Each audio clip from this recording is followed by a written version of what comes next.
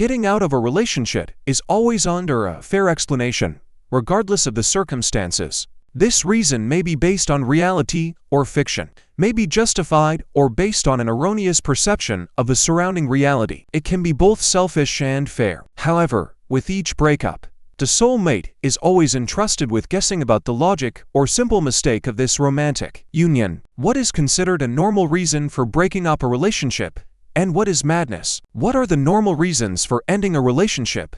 Depending on the structure of the relationship, we can distinguish two types. The first type is a healthy relationship. In such a relationship, people stay together as long as there is mutual sympathy, respect and cooperation in the area of common responsibility. Attachment to each other is reliable, and upon termination of all these factors, a man and a woman decide to break off the relationship. The second type is codependent relationships. Here, one of the partners seeks to draw his companion into the sphere of his personal responsibility. There is a violation of the balance of importance. The level of anxiety increases. The depressed partner runs away as soon as such an opportunity arises, and the overwhelming one may abandon the other half, considering it unnecessary garbage.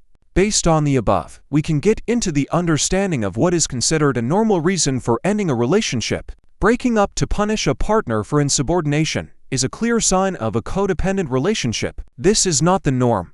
When a representative of the anxiety-avoiding attachment type begins to suspect something is wrong and leaves the relationship out of the blue, this also cannot be considered adequate behavior. Therefore, only those reasons and explanations that are used by mentally healthy people were listed. Loss of trust in any relationship. Trust is the foundation. We open up to our partner. He has access to personal, intimate information, and he has a certain responsibility. Anyone wants to be sure that others will not take advantage of the situation, will not let them down, will not leave, will not set them up. In a romantic union, the other half turns out to be so close that without sincerity, interaction turns into danger. Many people attribute treason and lies here, but it is important not to make a mistake in terminology. Perhaps you consider your husband's communication with female colleagues to be treason. These are your personal views. Maybe it seems to you that your wife is lying to you, but in fact you are asking questions that do not concern you in any way. You cannot tell the truth, but you cannot keep silent. In addition, some couples adhere to free views and do not forbid their partner to have intimacy on the side. For you, they are cheaters, but for them the situation is natural, none of your business. Therefore, when talking about the loss of trust, psychology implies only betrayal, and it is very important to determine what it is. It is necessary to remember the phrase, non-fulfillment of obligations assumed. If you think I have to do something, then that's your problem. If I said that I would do this, but without having reasonable excuses, I did not fulfill my own promise, I simply ignored it, feel free to call me a traitor. And if something like this happens, a person has every right to break up. Divergence of plans. Men and women are different, both from the point of view of physiology and from the point of view of psychology. They are held together by a zone of mutual responsibility, that is, everything they strive to complement each other. Codependents load the partner with a load that everyone has to carry on their own and are offended if the partner resists. She doesn't want to be my slave, she's such a reptile. In a healthy union, people have common goals, and breakups are not uncommon here. This happens at the very moment when disagreements begin. One of the members of the union wants to move in a direction that is unacceptable for the other half. I want children, she doesn't, etc. In this situation, ending a relationship is the most appropriate of all possible solutions. Therefore, keep in mind that they may leave you simply because your lifestyle completely does not correspond to the aspiration of a companion or companion. Breaking an emotional attachment. The presence of a partner is important in a relationship. He is not obliged to sit at your feet 24/7 and fully live your life. He can have his own hobbies and activities, but at the same time, there is regular interaction. In a difficult moment, the other half becomes a support. We know for sure that we have a loved one. Even if at 7 a.m., both run in different directions and meet only after 18:00. During the day, there is a feeling that we are not alone. In some cases, this feeling disappears. The reason may be both withholding and indifference, as well as physical distance. Long-distance relationships are still a test, and not all people are capable of this. Long business trips, heavy employment, complete lack of common interests, inability to support with words and hugs. Sometimes people live in the same apartment, but they experience tactile hunger, and after a while they lose all connection at the emotional level. There is a distance between the others. Many people think that a wife has no right to leave if her husband has chosen a profession that involves traveling around the country or the world. Someone condemns men for ending a relationship if the spouse pays little attention to him because he works, spends evenings with girlfriends, constantly goes to his mother for the weekend, or simply does not want to have leisure time together.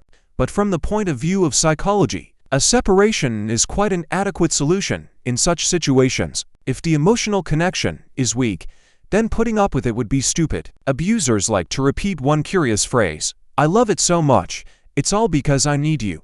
That's how I show my care." And after all, such words can justify anything. I forbid you to communicate with your mother because she wants to harm you, in protecting you, in checking my phone to figure out the enemies who are trying to destroy our relationship.